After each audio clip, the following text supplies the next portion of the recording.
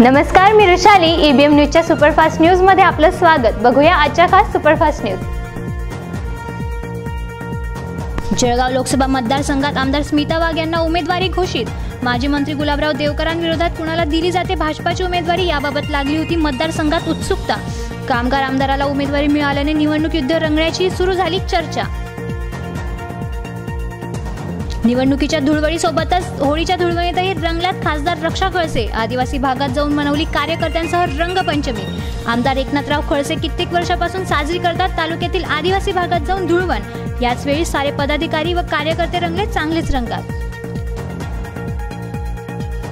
जळगाव लोकसभा मतदारसंघात वंचित बहुजन आघाडीच्या अंजली रत्नाकर बाविस्कर यांना उमेदवारी झाली जाहीर. शिंपी समाजाच्या अंजली यांना उमेदवारी दिल्याचं वंचित बहुजन आघाडीचे नेते प्रकाश आंबेडकर यांनी केलं जाहीर. जळगावला साहस फाउंडेशन आयोजित सर्वपक्षीय महिलांनी एकत्रित साजरी केली धुळवण. युवतींसोबत गाण्यांवर ताल धरत कोरड्या रंगांनी साजरी झाली ही धुळवण.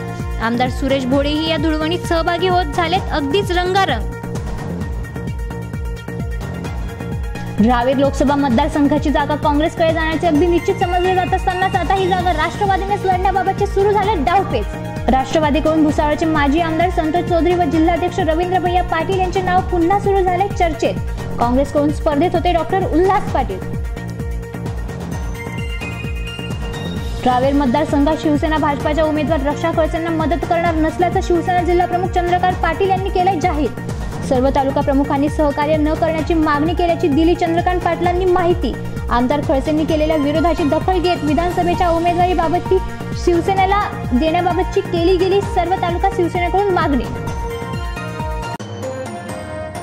अपघातांचे प्रमाण कमी करण्यासाठी रस्ते अपघातातील कारणांचा शोध घेऊन उपाययोजना कराव्यात. अपघातांची कारण मीमांसा चौकशी अहवाल 2 दिवसात सादर करण्याचे दिले जिल्हाधिकाऱ्यांनी आदेश. ईबीएम सुपरफास्ट न्यूज मध्ये वेळ झाली इथेच थांबण्याची. भेटूया उद्याच्या ईबीएम सुपरफास्ट न्यूज मध्ये. तोपर्यंत बघत राहा ईबीएम न्यूज.